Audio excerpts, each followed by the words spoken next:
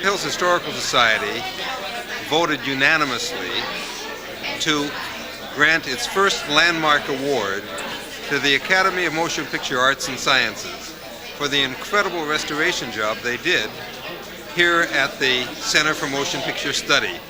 This was a derelict building belonging to the city. It was our waterworks. It was one of our two water filtration system buildings here in the city on La Cienega, just south of Charleville Road in La Cienega Park. And because they did such a fabulous job, we felt that it was proper for the Historical Society to make this award. Well, we wanted to keep it very, very small, and we thought we'd have maybe 10 or 15 people come over and just give an award, but it kind of got out of hand. And we had to limit it to 50, but that's what we've done. And tonight, Mr. Carl Malden has agreed to accept the award from our president, Alan Bunnage. You know, the LAPD that most of us have heard of, they have as a slogan, to protect and to serve. Well, the Beverly Hills Historical Society has one that sounds a little bit like it, but we kind of say we collect and preserve. And I can't think of a better way of honoring that slogan to present to the Academy and the Center our first annual landmark award. Now, what is preserved in this building and collected, preserved by this building and collected in it really stands out, and it's very significant that this is our first award, and I don't think anybody can doubt that this very building that we're standing in is a worthy recipient. And being an old-time resident of Los Angeles and remembering when this place used to have water going through it and smelled of sulfur, and now to look at it and to see how beautiful it is and what it can do, it's great. And I know that you had a lot to do with it. As a resident of Beverly Hills, it's a pleasure to have you as a neighbor. And I want to congratulate you and present you with the award, the Beverly Hills Historical Society Landmark Award to the Academy of Motion Picture Arts and Sciences and the Academy Foundation for the Center for Motion Picture Study, Thursday, June 13, 1991. And I think you can incorporate everything I said and then some. It's just terrific, and we're very proud to give it to you. And the building is beautiful, as you can see, but it wasn't easy. Took 3 presidents, over 3 years, a lot of discussion, and I just feel that when people give you something like this and say they appreciate what we've done, what the Academy's done, it was all worthwhile.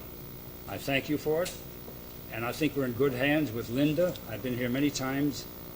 Linda, who's in charge, and all the people who work here are young, enthusiastic, they're excited, and I'm sure that when they see this, they'll be as pleased as I am. Thank you very much. We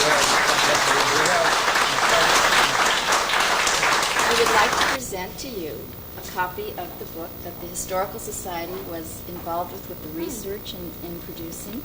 It's called Beverly Hills, An Illustrated History. I hope you'll find it enjoyable. And I'd like to read to you what it says inside.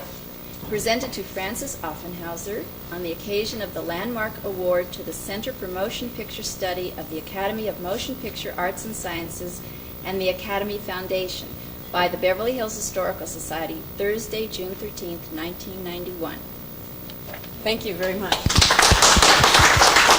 Part of the library in terms of the clipping files, screenplays. We have our posters stored over there, so it's a great deal of our material. There's about 267 5-drawer file cabinets containing clippings on productions, on individuals in the industry, not only performers, but those behind the scenes. Production file that has all the different versions of Stella Dallas, 1925, 1937. Here's a 1950 version of Stella, 1957, and the present 1990 one with Bette Midler. We do a lot of conservation work with our photographs, and there's a whole floor of just photographs, and many of them millions of them in fact, have been rewashed and re-sleeved. In years, because it came in over 950 boxes. Curled, dirty, and every one had to be wiped off. Some of them had to be rewashed. The Academy has always been sponsoring this library since day one, and the money for the Academy, at least in the last decades, has come from the income generated by the award show. I was We curious to don't ask. make money. We cost them money. Beverly Hills had this building, and they were going to tear it down. And the preservationist stepped in and says, you can't do it. It's a historic landmark. So Robert Wise, heard about it, took a look at it. We came in and looked at it with him and said, this is it. So we made a deal with Beverly Hills. We bought it for 55 years, paid for it in advance, and that's it. And that's how lucky we got. But it took a little bit of cash to do that too. How did you get that? It did. We had the cash. The Academy had the cash. We had the cash to remodel it, to fix it up. The foundation, the money we're raising, is to keep it going for the rest of its life. It's really the Oscars that pays for a lot of this, isn't it? Oscar does pay for a lot, doesn't it? A lot of people had visions for this building, but actually making it happen is something that right time, right place, right group, and the Academy was the right group, and you can see they've done just a lovely job. I bet you that the most important thing about it is they found the land, and the land was affordable, and it bridges both. Beverly Hills, where a lot of the business happens, Hollywood, where a lot of the movie making happens, so now it's in the middle. I've used the Academy Library very much in all the film scripts that I have that are marked, and suggestions from the directors and young people who are studying scripts and making young movies. And I sometimes see things that I did or talked about in a script, and I see it again with the youngsters, and it's very rewarding. You know, acting is a peripheral art. You know, by now you're seeing kids who you say Spencer Tracy, and they say Spencer. Oh yes, Spencer Tracy. But you know, you say Lorette Taylor, and they don't know who you're talking about. You know, we've had a library at the old headquarters on Santa Monica, at the newer headquarters on Wilshire. This is an enlargement. This is looking toward the future. Film is becoming increasingly one of the liberal arts in the universities. It's written about by scholars and